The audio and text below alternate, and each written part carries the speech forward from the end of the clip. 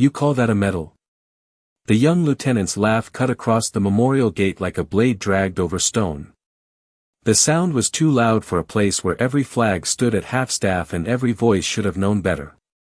Lieutenant Ryan Cole stood beneath the security canopy at Fort Ashford, his dress uniform sharp enough to reflect the pale morning light, his chin lifted with the confidence of a man who had mistaken authority for wisdom. In front of him stood Thomas Whitaker, 84 years old, thin as a fence rail, wearing a black suit that had been brushed clean but not made new. The cuffs were a little frayed. The shoes were old, polished by hand until they carried a dull shine. His white hair moved in the cold November wind, but the rest of him remained still. Not stiff. Not weak. Still in the way mountains are still before weather breaks against them. In one hand, he held a small wooden box against his chest. On his left lapel hung a tarnished silver medal, not bright, not regulation-looking, not impressive to anyone who had learned honor from display cases instead of memory. One corner of it was bent. The ribbon had faded from deep blue to the color of old smoke. Cole leaned closer, eyes narrowing, then let out another short laugh. "Sir, this is a restricted memorial ceremony for Colonel James Merrick. Family, invited officers, and cleared guests only. Whatever that thing is, it doesn't get you through this gate." Behind Thomas, the parking area was filling with black SUVs, staff cars, and sedans with government plates. Beyond the checkpoint, the parade ground stretched wide and gray under a low sky. Rows of folding chairs faced a covered platform. A framed photograph of Colonel Merrick stood near a folded American flag. The brass band waited in silence. The color guard stood motionless, white-gloved hands fixed around polished staffs. Thomas's eyes moved past Cole and settled on that photograph. For one breath, the old man's face changed. Not much. Just a tightening around the mouth. Just a shadow passing behind pale blue eyes. Then it was gone. "I'm here for Mrs. Merrick," Thomas said. His voice was quiet, roughened by age, but steady. "I only need 1 minute."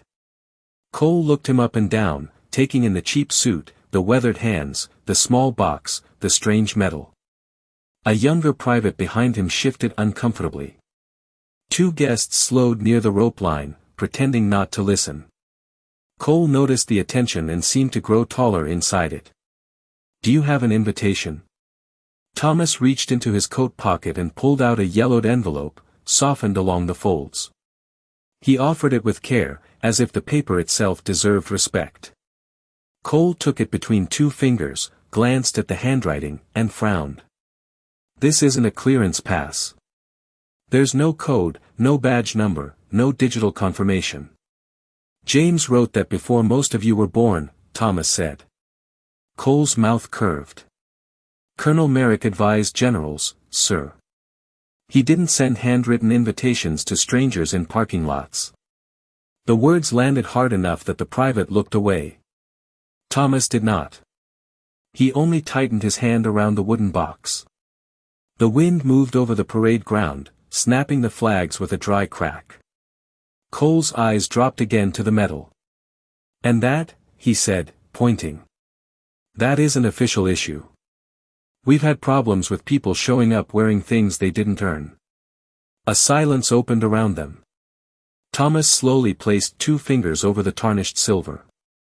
"This was earned," he said. Cole stepped closer. "Then you won't mind if I verify it?" Thomas's gaze sharpened, not with anger, but with something older and heavier. "Don't touch it, son." The word son should have softened the moment. Instead, it made Cole's face harden. He reached out anyway, his gloved fingers moving toward the faded ribbon. And at the exact second he touched the medal, Thomas Whitaker stopped seeing Fort Ashford at all. The present fell away from Thomas Whitaker in fragments. The cold wind at Fort Ashford became damp heat pressing against his skin. The snap of the half-staff flags became the heavy thump of distant rotors rolling over a green valley far from home. For one breath, he was not an 84-year-old man at a memorial gate. He was young again, crouched beside a broken radio case, listening to men call names into static that would not answer. The memory came without warning, the way old wars sometimes did, not as a story but as weather. It carried the smell of wet canvas, hot metal, and red Georgia clay baked into boots from training fields before the world sent them somewhere no map in school had prepared them to understand. Thomas blinked once, and Fort Ashford returned in pieces. The canopy. The checkpoint table. Lieutenant Ryan Cole's gloved hand still near the metal. The private behind him staring too hard at the ground. The wooden box held tight against Thomas's chest. Cole saw the old man's stillness and mistook it for confusion. "Sir, I said I need to verify that item." His tone had sharpened, because the small crowd had grown. A woman in a dark coat paused near the guest line. Two enlisted men stopped beside a row of metal barricades. Somewhere beyond the gate, a bugler tested a single quiet note, then stopped, as if even the instrument had sensed something wrong. Thomas looked down at the tarnished metal. The bent corner caught a dull piece of morning light. "It is not an item," he said. Cole gave a thin smile. "Everything at this gate is an item until security clears it." He turned the yellowed envelope over in his hand again, unimpressed by age, ink, or memory. "This letter has no official value. Anyone can write a name on paper." Thomas's eyes moved to the envelope, and for the first time his voice carried an edge, low but unmistakable. "Put that down carefully."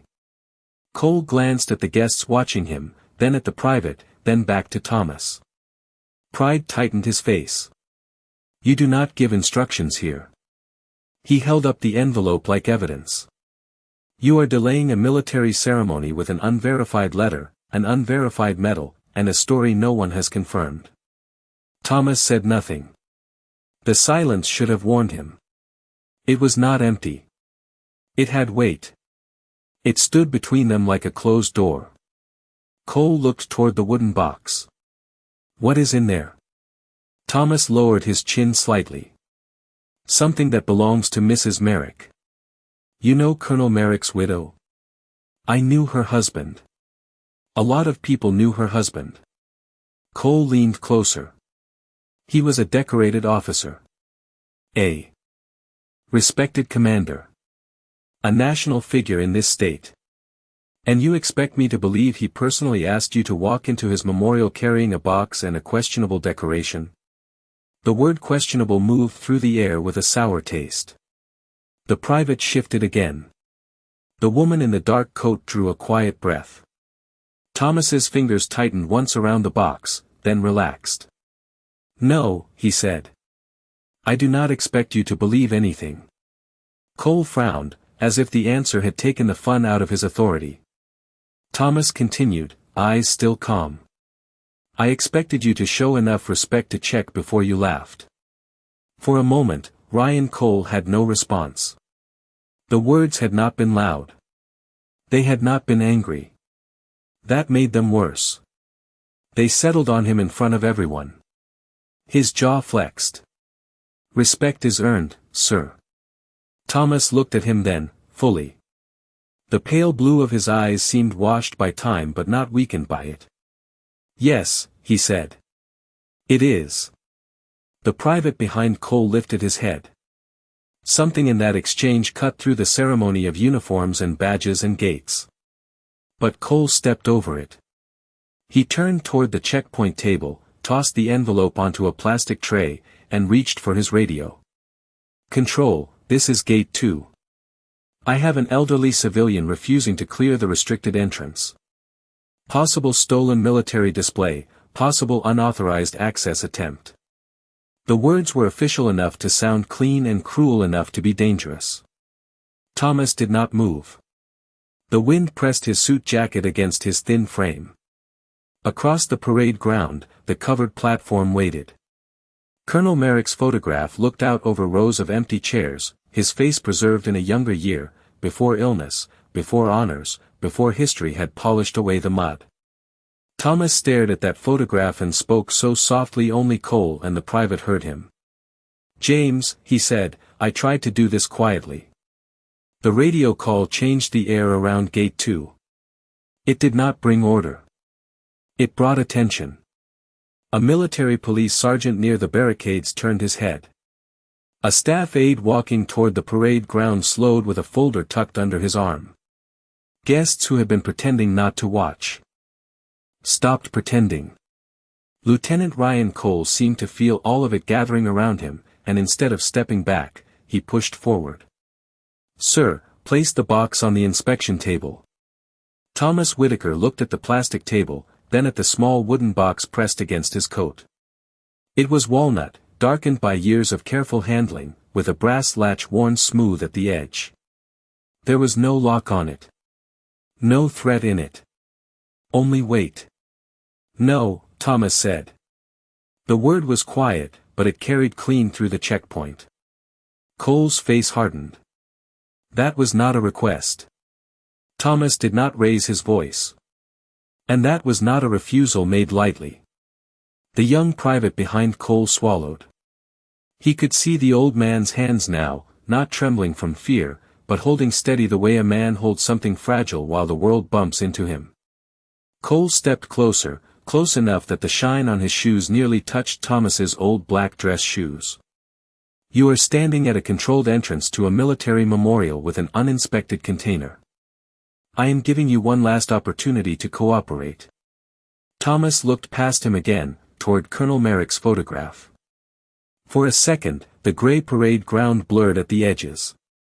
He saw a younger James Merrick grinning under a rain-dark helmet, one hand lifted in a promise neither of them had known would last 55 years. Then the present snapped back. "Mrs. Merrick opens this box," Thomas said. "No one else." Cole let out a breath that was almost a laugh. "You keep saying her name like it gives you standing." He turned slightly, addressing the small crowd now as much as Thomas. "This is exactly how these situations happen. Someone shows up with a sad story, a fake keepsake, and enough confidence to make good people uncomfortable." The words stirred the onlookers. A murmur moved along the rope line. Not agreement. Discomfort. The woman in the dark coat took a step forward, then stopped when the military police sergeant approached. Thomas heard the murmur and accepted it without flinching. He had known worse sounds than whispers. He had heard silence after names were read from lists. He had heard old friends breathe through oxygen tubes. And still ask about boys who never came home. This was only embarrassment. Embarrassment could be survived. Cole reached for the envelope again.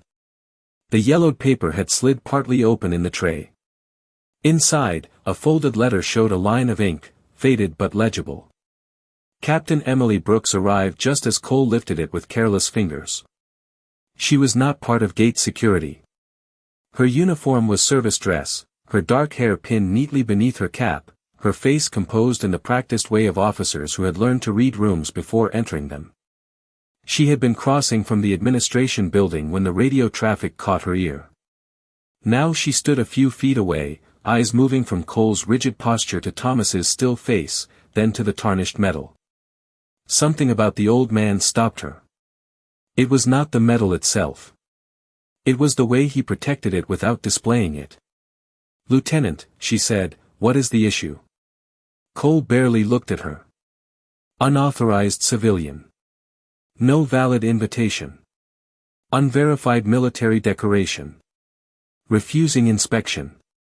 Emily's gaze dropped to the envelope. "May I see the letter?" Cole hesitated. Rank held him in place, but pride made him slow. "Ma'am, I have it handled." "I did not ask if you had it handled." Her voice stayed calm. That made the correction sharper. Cole handed it over. Emily unfolded the paper with more care than he had used. The wind tugged at the edges. Her eyes moved across the first line, then stopped. The color left her face so subtly that only Thomas noticed. Written in Colonel James Merrick's own hand were the words, "To Tom Whitaker, the man who carried me out of the valley when every map said we were already gone." Emily read the sentence twice. Then she looked at Thomas, not as a problem at a gate, but as a name stepping out of a sealed page of history. Cole shifted impatiently. "Ma'am?" Emily did not answer him. She looked at the metal again, saw the bent corner, saw a tiny engraving on the back where the silver had turned dark with age. Her voice lowered. "Mr. Whitaker," she said, "who gave this to you?" Thomas's thumb rested on the box latch. His eyes stayed on the parade ground. "A man who made me promise I would bring it home." Captain Emily Brooks did not move for 3 full seconds. The paper in her hands lifted and trembled in the wind, but her eyes stayed fixed on the line written in Colonel Merrick's fading ink. To Cole, it was only old handwriting on outdated stationery. To Emily, it felt like a door opening beneath her feet. She had spent years in military administration, sorting records, reviewing service histories, preparing ceremonial notes for men whose careers were measured in dates, ranks, and carefully approved language. She knew the difference between a sentimental letter and a document that had survived because someone was afraid to throw it away. This was the second kind. Lieutenant Cole cleared his throat. "Ma'am, with respect, that still does not clear him for entry." Emily folded the letter slowly, along the original crease. "No," she said. "It means we need to find out why Colonel Merrick kept his name for 55 years. Cole's mouth tightened. "We do not have time for a history project. The ceremony starts in 8 minutes. Thomas Whitaker heard the number and looked toward the parade ground. 8 minutes. After half a century, time had chosen to become small. He could see the front row now, where an older woman in black sat beside a folded flag, her hands clasped in her lap. Eleanor Merrick. Even from that distance, Thomas recognized the posture.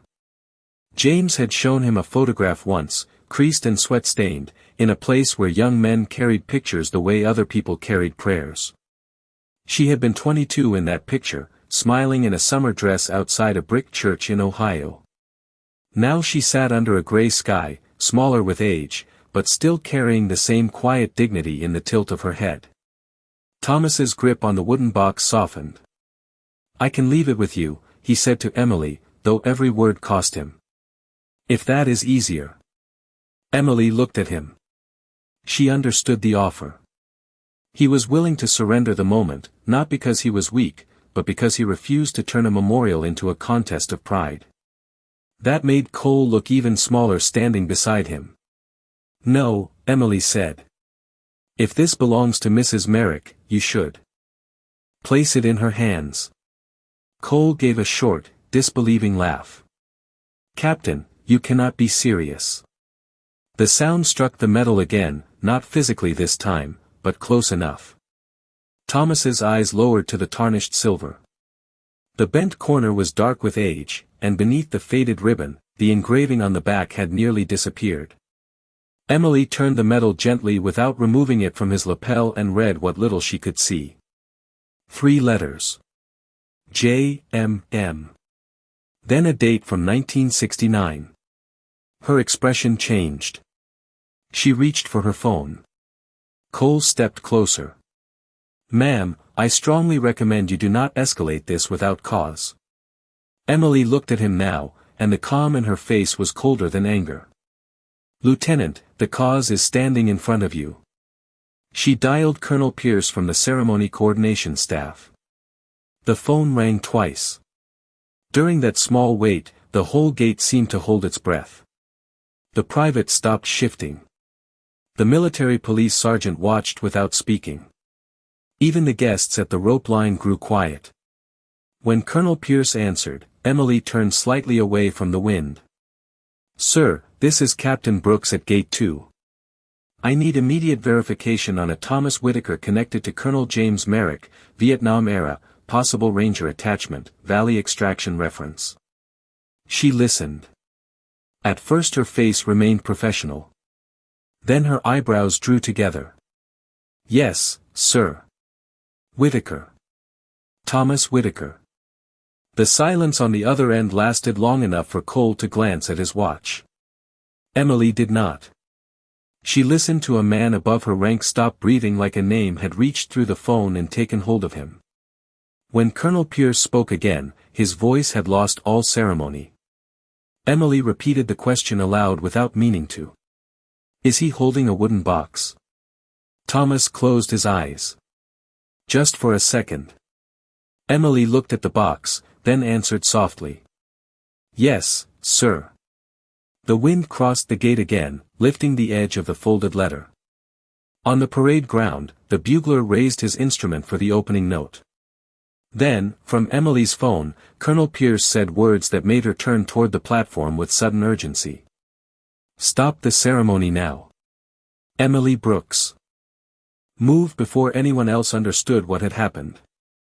She lifted one hand toward the parade ground and spoke into her phone with a steadiness that did not match the sudden pounding in her chest.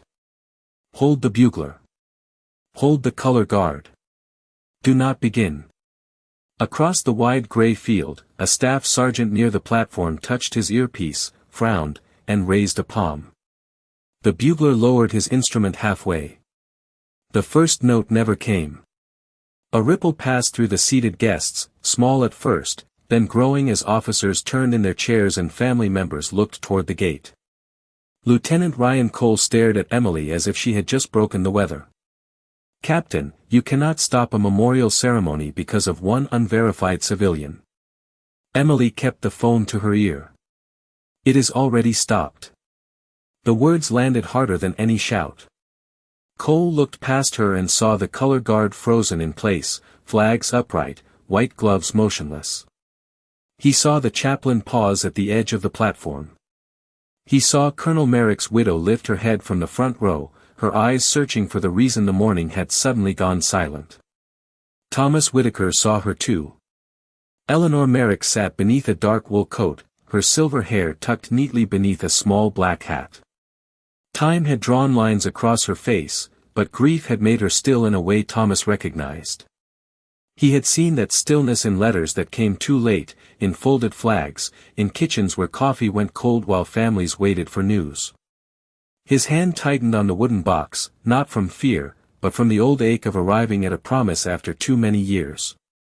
Cole stepped toward him again, voice low enough to sound controlled and sharp enough to reveal it was not. Sir, you need to understand something. Whatever story is in that box, this is not your stage. Thomas turned from the parade ground and looked at him. It never was. That answer should have ended it. It did not. Pride had boxed Cole into a corner, and every eye at the gate had become another wall. He reached toward the inspection table, picked up the envelope, and held it out to Emily.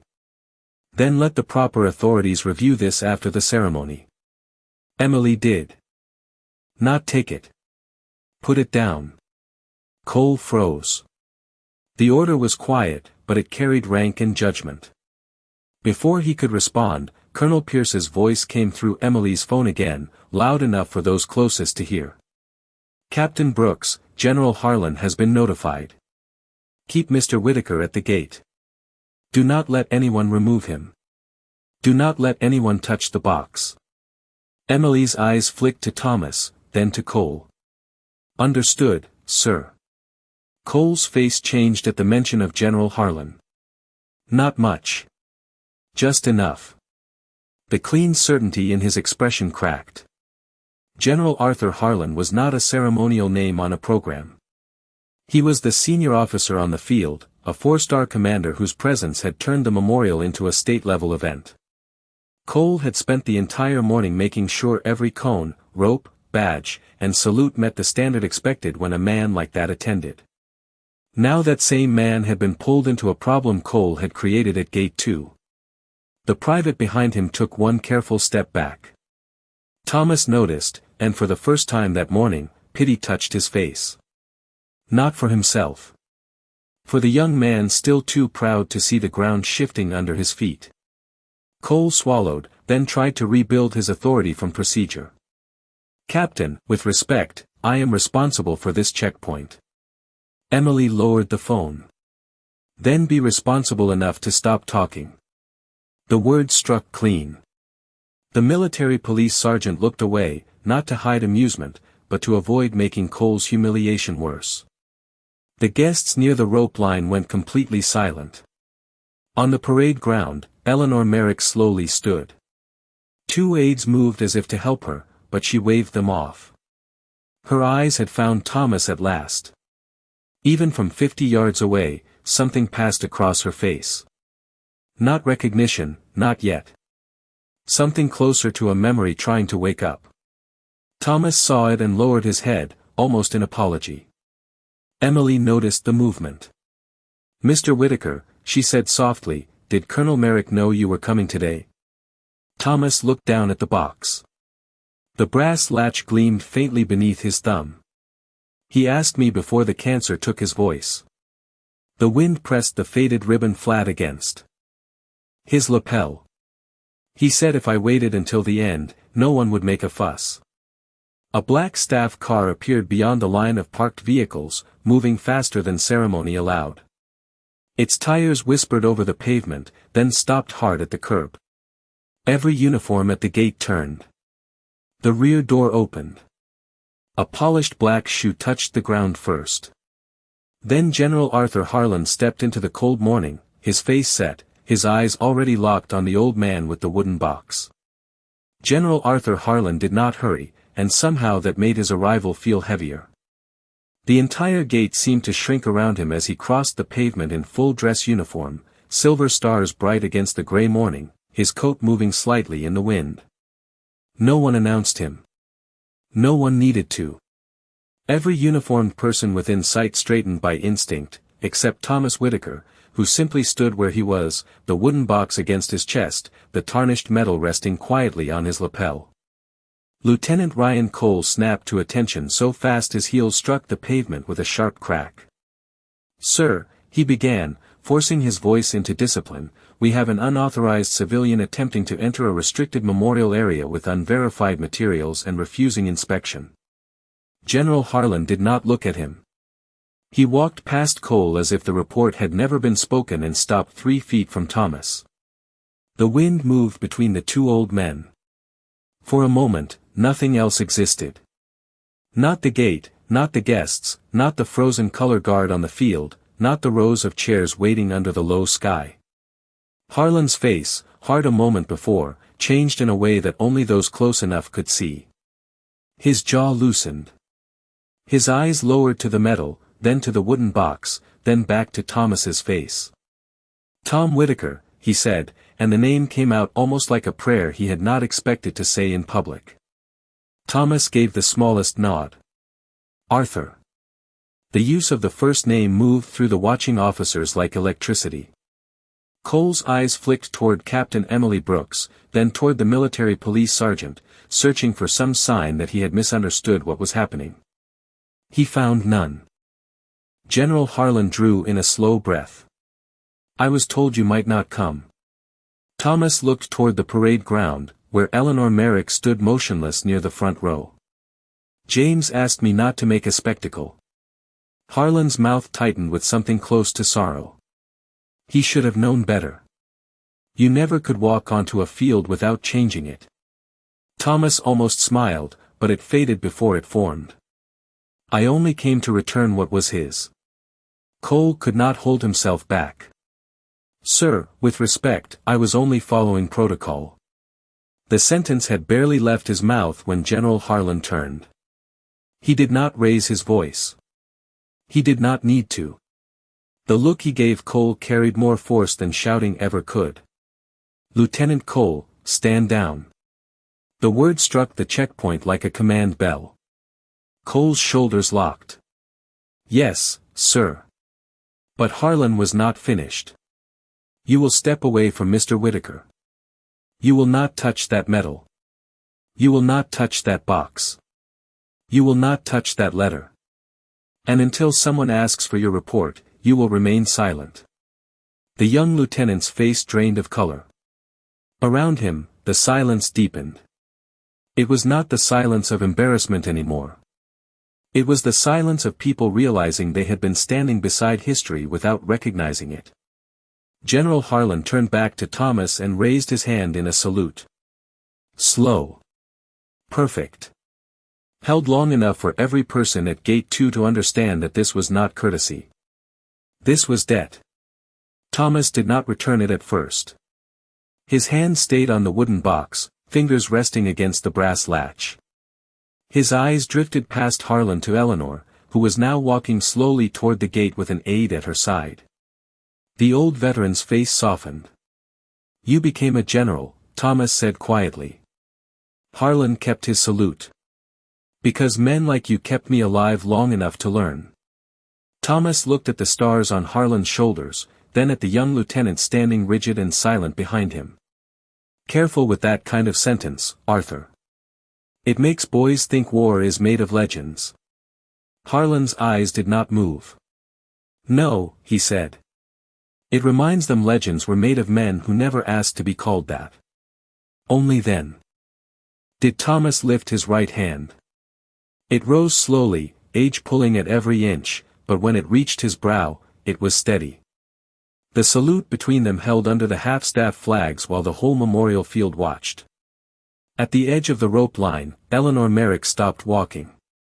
Her eyes were fixed not on the general, not on the medal, but on the wooden box in Thomas Whitaker's hands, as if some part of her had known for decades that this moment was still coming.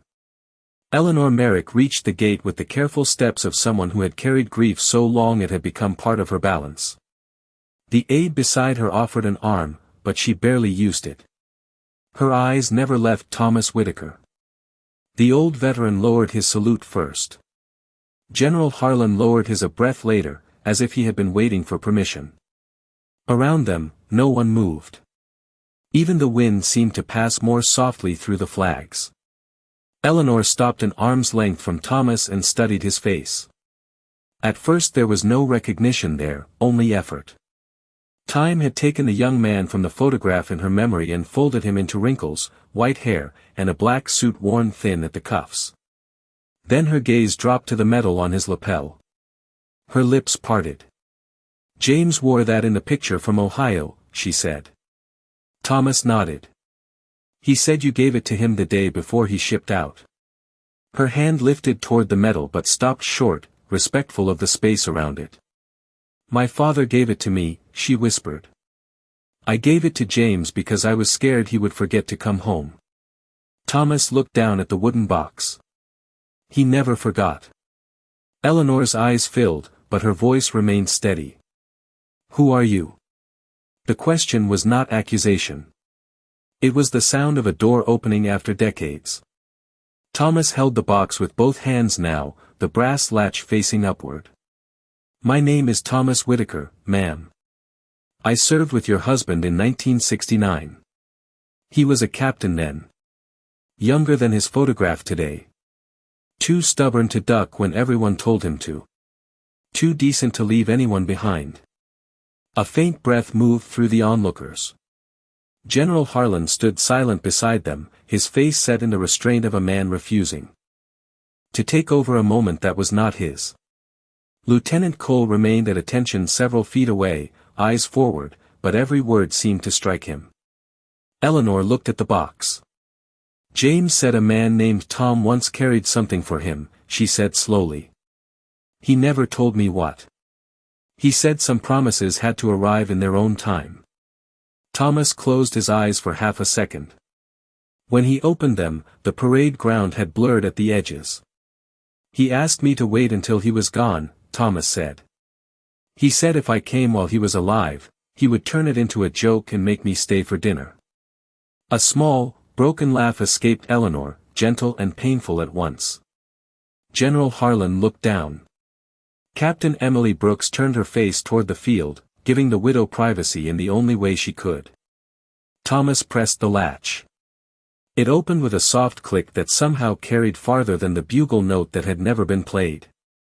Inside the box lay a folded photograph, a faded letter, and a small cloth pouch. Thomas lifted the photograph first. Two young soldiers stood shoulder to shoulder in mud-streaked uniforms, smiling with the reckless exhaustion of men too young to understand how old a memory could become. One was James Merrick. The other was Thomas Whitaker. Eleanor took the photograph with both hands. Her thumb touched James's face. For a long moment, she could not speak. Thomas lifted the pouch next and placed it in her palm. He told me this belonged back with you. Eleanor opened the cloth. Inside was the metal's original chain, darkened with age, and a wedding band too bent to lie flat. She drew in a small breath. Thomas explained before she had to ask. He took the ring off before they carried him to the aid station. His hand had swollen. He made me promise it would not get lost. I kept it with the metal until he could ask for it back. But he never did. Eleanor held the ring as if it were warm. He told me it was lost. Thomas's voice lowered. He told everyone many things so no one would ask what hurt. The sentence settled over the gate with a quiet force. Lieutenant Cole's eyes closed briefly. The private behind him stared at the ground, ashamed for a cruelty that had not been his but had happened close enough to mark him. Eleanor looked from the ring to Thomas. You carried this all these years? Thomas nodded once. I gave him my word. General Harlan finally spoke, his voice low enough not to steal the moment. Mrs. Merrick, your husband spent the rest of his life making sure men knew Thomas Whitaker was the reason he got to live it. Eleanor looked at the general, then back at Thomas. Then why did I never meet you? Thomas's hand returned to the box, now almost empty. Because some men come home better when they are not reminded of the road. Eleanor understood. Not fully. No one could. But enough. She stepped forward and placed one hand over Thomas's weathered fingers. Then thank you for bringing him home twice. At that, the entire gate seemed to breathe again. The ceremony did not resume at once. It changed shape first. General Harlan turned to Captain Emily Brooks and gave a single nod toward the parade ground. Bring them in through the center aisle. Emily understood immediately. This was no longer a security exception at a side gate. This was part of the memorial now, whether anyone had planned it or not. She stepped aside and motioned for the rope line to open. The military police sergeant moved with quiet precision, removing the barrier as if it had never belonged there. Thomas Whitaker looked at the open path, then at Eleanor Merrick, who still held the bent wedding band in one hand and the old photograph in the other. Ma'am, he said softly, I did not come to interrupt your goodbye. Eleanor looked toward the rows of chairs, the waving flag, the photograph of her husband on the platform. Then she looked back at the old man who had carried her family's missing pieces through more than 50 years of silence. Mr. Whitaker, she said, her voice thin but steady, you are part of it. Those words moved across the gate more powerfully than any order. Thomas lowered his eyes, not in shame, but because gratitude sometimes struck men harder than insult. General Harlan offered his arm to Eleanor, but she shook her head and placed her hand lightly on Thomas's sleeve instead. The choice was small. Everyone saw it. Together, they began walking toward the parade ground. The distance was only 50 yards, but it felt longer, measured not in feet but in all the years that had passed without this moment. The chairs turned row by row as they approached. Senior officers rose first. Then enlisted men. Then civilians who did not know the protocol but understood reverence when they saw it. The color guard remained fixed at attention, flags trembling in the wind. Lieutenant Cole stayed behind at the gate, still silent, still rigid, watching the old man he had tried to remove become the center of the field. The private beside him whispered, "Sir," then stopped, unsure if he was allowed to speak. Cole did not answer. His eyes were locked on Thomas's back, on the worn suit, the faded ribbon, the small empty box now tucked under one arm. Shame moved through him slowly, not as a blow, but as recognition. He had judged the man by what looked official. He had missed what was real. At the front of the ceremony, General Harlan stepped to the microphone. He let the silence sit long enough for everyone to feel its weight. Before we honor Colonel James Merrick, he said, we will honor the promise that brought him home. No one coughed. No one shifted. Harlan looked toward Thomas, who stood beside Eleanor just below the platform. There are names in our history that appear on plaques, in programs, and in official records. Then there are names carried quietly by the men who survived because of them. His eyes moved over the crowd, then stopped for half a breath at Lieutenant Cole in the distance. Today, one of those names walked to our gate with a wooden box and was nearly turned away because we forgot that dignity does not always arrive in uniform. The words did not accuse loudly. That made them worse. Cole lowered his gaze. Thomas's face tightened. He did not enjoy public correction, not even when deserved by someone else. He leaned slightly toward Harlan and said just loud enough for the microphone to catch the edge of it, "Arthur." The general paused. Thomas gave the smallest shake of his head. It was not a request for silence. It was mercy. Harlan understood. He stepped back from punishment and returned to honor. "Mr. Whitaker has asked for no recognition," he said. "So we will give him only what cannot be refused." Then General Harlan came down from the platform and stood before Thomas. One by one, every uniformed person on the field followed his movement. The salute rose across Fort Ashford like a wave, quiet and exact, from four-star general to youngest private, from the platform to the gate, until even Ryan Cole lifted his hand with a stiffness that could not hide the lesson burning behind his eyes. Thomas stood in the center of it all, holding nothing now but the weight of a promise kept. The salute held for only a few seconds, but it seemed to stretch across every year Thomas Whitaker had spent staying out of rooms where people might ask him what he had done. He stood beside Eleanor Merrick under the gray morning sky, his right hand slowly rising to answer the field. The movement was not quick. Age made sure of that. But when his fingers reached his brow, they were steady, and the silence that followed felt cleaner than applause. General Harlan lowered his hand first. Then the others followed, row by row, until Fort Ashford was still again. Eleanor touched Thomas's sleeve. "James would have hated all this attention," she said softly. Thomas looked toward Colonel Merrick's photograph on the platform, the image of a younger man preserved in uniform and light. "He would have pretended to," he said. A small smile moved through Eleanor's grief, fragile but real. The ceremony resumed, but it no longer belonged only to the printed program. When the chaplain spoke, the wind carried his words across the parade ground with a gentleness that had not been there before. When the folded flag was presented, Eleanor held it with one arm and kept the old photograph against her heart with the other. The bent wedding band rested in her palm, returned at last from a road no family should have to imagine. Thomas stood a few feet behind her, not in the front row, not on the platform, just close enough to keep his promise and far enough to remain himself. Lieutenant Ryan Cole watched from the edge of the field. No one had ordered him away. That almost made it worse. He had to stand there and witness the full measure of what he had nearly dishonored. When the final prayer ended and the guests began to move in low, respectful murmurs, Cole removed his cap and walked toward Thomas. Every step seemed to cost him. Captain Emily Brooks saw him coming and nearly stepped between them, but Thomas gave the smallest shake of his head. Cole stopped 2 paces away. His voice, when it came, had lost all polish. "Mr. Whitaker, I was wrong." Thomas looked at him for a long moment. The young officer's face carried embarrassment, yes, but also something better beginning beneath it. Understanding. "Yes," Thomas said.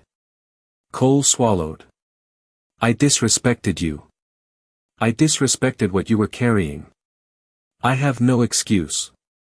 General Harlan stood nearby, watching without speaking. This judgment was not his to deliver. Thomas glanced toward the half-staff flag, its fabric moving against the pale sky. "Do you know why I did not correct you harder at the gate?" Cole shook his head. "Because a uniform can teach a man to stand straight," Thomas said, "but only humility teaches him what he is standing for." Cole's eyes lowered.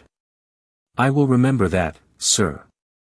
Thomas studied him, then nodded once. "Then do more than remember it. Earn the next salute you receive." The words did not absolve Cole completely. They gave him a road.